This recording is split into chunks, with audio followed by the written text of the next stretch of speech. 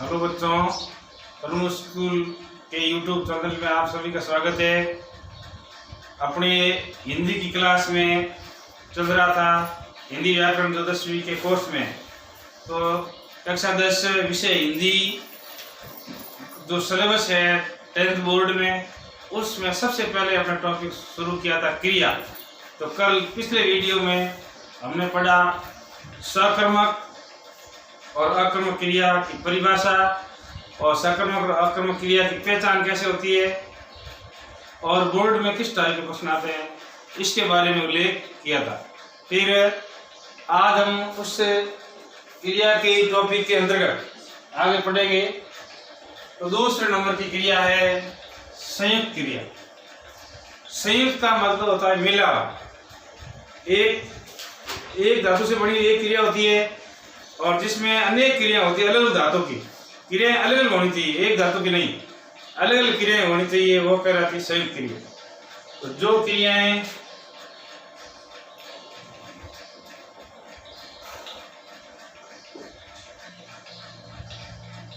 अलग अलग धातु से बनी हो तथा वाक्य में एक साथ प्रकट हो, उसे संयुक्त क्रिया कहते हैं। मतलब क्रिया अलग अलग धातु से बनी होनी चाहिए, ऐसा नहीं एक क्रिया जैसे जाना जाना बाहर, ऐसा नहीं, अलग अलग धातु क्रिया होनी चाहिए। या ऐसे कहते हैं भिन्नार्थक क्रिया होनी चाहिए, भिन्नार्थक भी कह सकते हैं अपन। या एक से अधिक भिन्नार्थक क्रिया, एक वाक्य में एक से अधिक भिन्नार्थक क्रियाएं हो तो वे क्रियाएं जो अलग अलग या भिन्नार्थक धातु से बनी हो, वाक्य में एक साथ प्रकट हो, उसे संयुक्त क्रिया कहते हैं। जैसे राम ने खाना खा लिया होगा। राम ने खाना खा लिया, इसमें क्रिया की पहचान कैसे करोगे? जैसे ये इसमें खाना क्रिया प्रयुक्त हुई है, इसमें लेना क्रिया प्रयुक्त हुई है, इसमें होना क्रिया प्रयुक्त हुई है। तो देखो एक से अधिक क्रिया है नहीं, ऊपर प्रश्न देखो अलग धातु की, ये धातु अलग है, ये अलग है, ये अलग है, तीनों भिन्नार्थक क्रिया है, एक ही वाक्य प्रयुक्त हुई है। खाना, लेना, होना, ये सब अलग अलग धातु की बनी क्रिया है, इसलिए ये है संयुक्त क्रिया। जो क्रिया एक या दो, एक या एक से अधिक भिन्नार्थक क्रियाओं से बनती है या अलग अलग धातुओं से बनती है, उसे संयुक्त क्रिया कहते हैं। एक उदाहरण और देखिए, मोहन पढ़ रहा होगा। इसमें भी तीन क्रिया प्रयुक्त होती है, पढ़ना, रहना और होना। तो इस प्रकार ये होगी आपके संयुक्त क्रिया। तीसरा है नाम धातु क्रिया। एक बार पढ़ोगे समझ में आ जाएगा, सरल ही ऐसे कठिन नहीं है। नाम धातु क्रिया क्या होती है? अपने व्याकरण में कोश में संज्ञा, सर्वनाम और विशेषण। तो जो क्रिया इन शब्दों से बनती है, वैसे अधिकतर क्रिया के पीछे ना प्रत्यय होता है, ना, वो सब क्रिया होती है। तो जो क्रियाएं संज्ञा, सर्वनाम, विशेषण में प्रत्यय लगाने से बनती है, वो सब नाम धातु क्रिया होती है। जो क्रियाएं संज्ञा, सर्वनाम व विशेषण, इसका ध्यान रखना है। जो क्रिया या तो संज्ञा से या सर्वनाम से या विशेषण से बनती है, सीधी सी परिभाषा है। जो क्रियाएं संज्ञा, सर्वनाम और विशेषण से बनती है उसे नाम धातु क्रिया कहते हैं।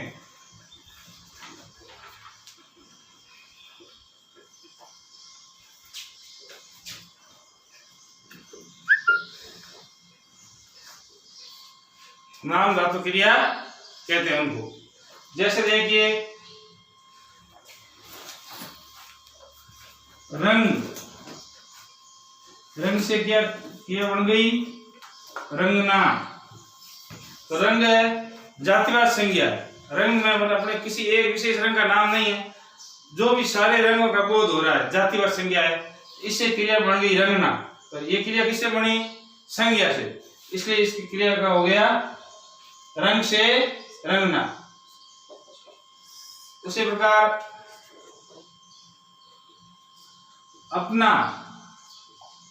ये संज्ञा नहीं है, विशेषण, ये शब्द है सर्वनाम का, तो इससे क्रिया बनेगी अपनाना।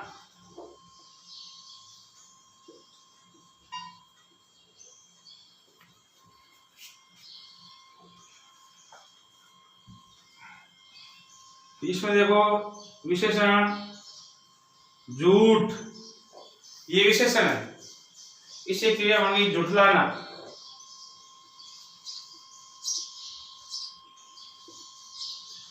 शब्दों को गौर से देखना, जिसमें संज्ञा का या सर्वनाम का या विशेषण का कोई शब्द हो, उससे कोई क्रिया बनती है तो उसे नाम धातु क्रिया कहते हैं।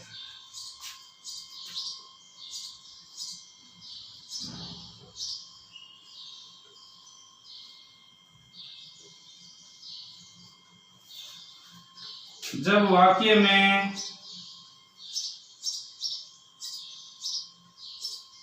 एक ही धातु से बनी क्रियाएं प्रयुक्त हो, उसे सजातीय क्रिया कहते हैं। देखो जब वाक्य में एक ही धातु से बनी क्रिया, शायद 3-4 बार आ जाए, लेकिन उसी धातु की बनी हुई, जैसे पढ़ना क्रिया है तो पढ़ना संबंधी शब्द आना चाहिए। लड़ना क्रिया, लड़ना सजाती क्रिया तक अपने पिछले वीडियो में पढ़ा था, उसकी परिभाषा क्या होती है एक बार पुनः देखते हैं। सजाती क्रिया यानी एक ही धातु से बनी हुई क्रिया।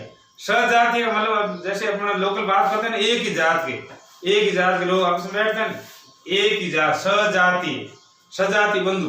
तो क्रिया भी एक ही धातु से बनी वो होती है सजाती। जो क्रिया वाक्य में एक ही धातु से बनी हुई प्रयुक्त होती है उसको सजाती क्रिया कहते हैं।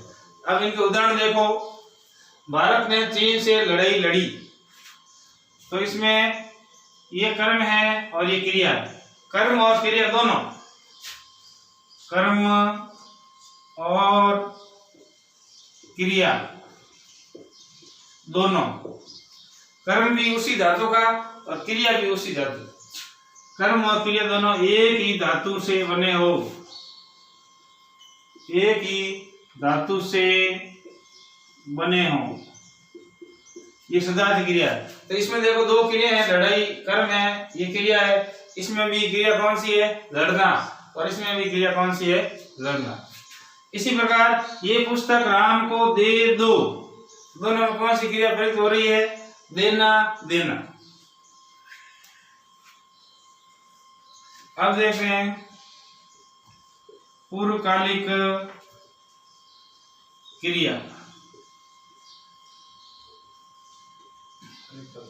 पूर्व यानी पहले, ऐसी स्थिति हो दो क्रियाएं हो रही और एक क्रिया पहले हो गई और एक बाद में होती है, तो जो क्रिया पहले संपन्न हो गई है उसको पूर्वकालिक क्रिया कहते हैं। जब वाक्य में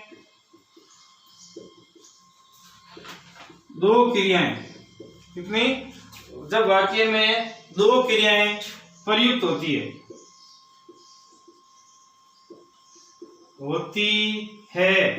तब एक क्रिया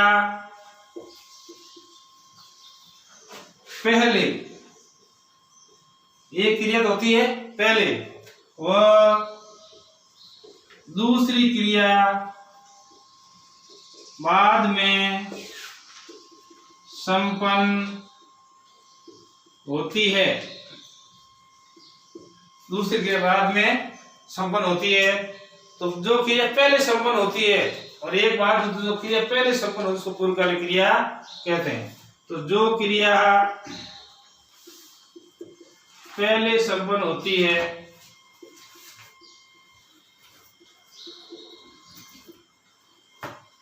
पहले उसे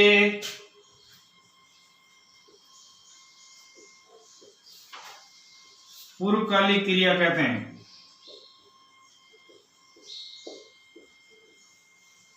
यह है पूर्वकालिक क्रिया। वापस देखते हैं, जब वाक्य में दो क्रिया व्यक्त होती है तब एक क्रिया पहले और दूसरी क्रिया बाद में संपन्न होती है। जो क्रिया पहले संपन्न होती है उसे पूर्वकालिक क्रिया कहते हैं। जैसे उदाहरण देखो, राम पढ़कर सो गया। तो इसमें कौन कौन सी क्रिया हुई? पहले क्रिया हुई पढ़ना, उसके बाद हुई सोना। वाक्य क्रिया प्रक्रिया दो या से अधिक, तो पहले कौन सी क्रिया हुई? पढ़ना क्रिया पहले हुई, पहले राम पढ़ा और बाद में सो गए, तो ये पढ़ना क्रिया हो गई पूर्वकालिक।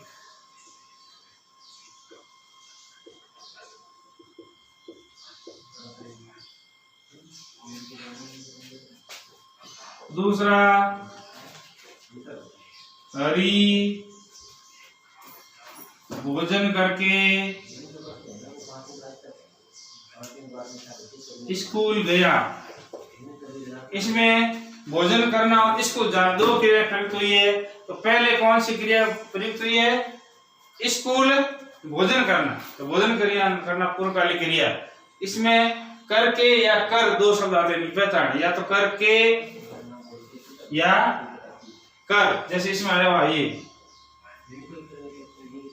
पढ़कर या भोजन करके, ऐसे शब्द आते हैं, पूर्वकालिक क्रिया होती है।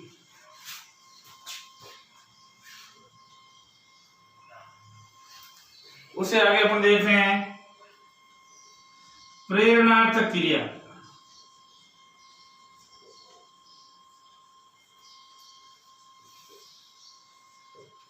प्रेरणा, किसी को प्रेरणा देना है, आप ये काम करो।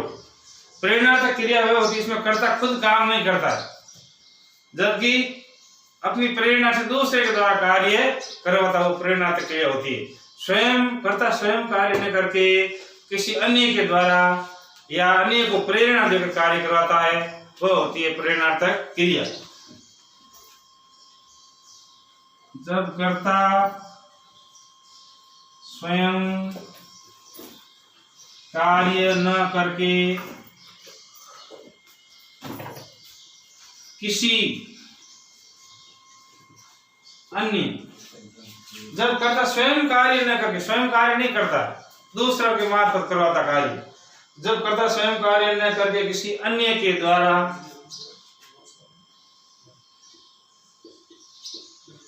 कार्य प्रेरणा देकर करवाता है, अन्य का कार्य प्रेरणा देकर करवाता है,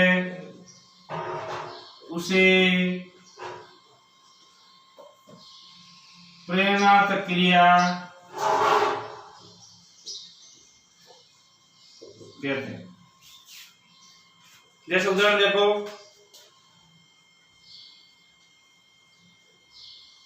अध्यापक जी ने मोहन से पाठ पढ़वाया। अध्यापक जी ने मोहन से पाठ पढ़वाया, तो यहाँ अध्यापक ने स्वयं कार्य नहीं किया, पढ़ने का कार्य किसी के द्वारा कराया, किसी मोहन नाम के लड़के के द्वारा ये कार्य करवाया। तो इसमें पढ़वाया कौन सी क्रिया हो गई? प्रेरणार्थक क्रिया।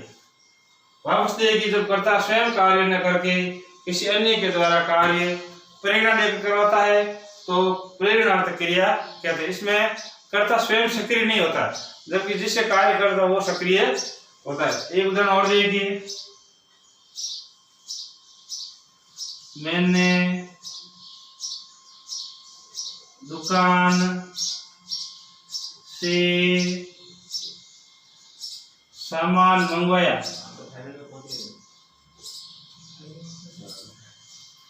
मैंने दुकान से सामान मंगवाया, अपने को ये नहीं देखना किसके द्वारा मंगवाया किसी पुरुष के द्वारा मंगवा सकता है, उसका उल्लेख हो या ना हो।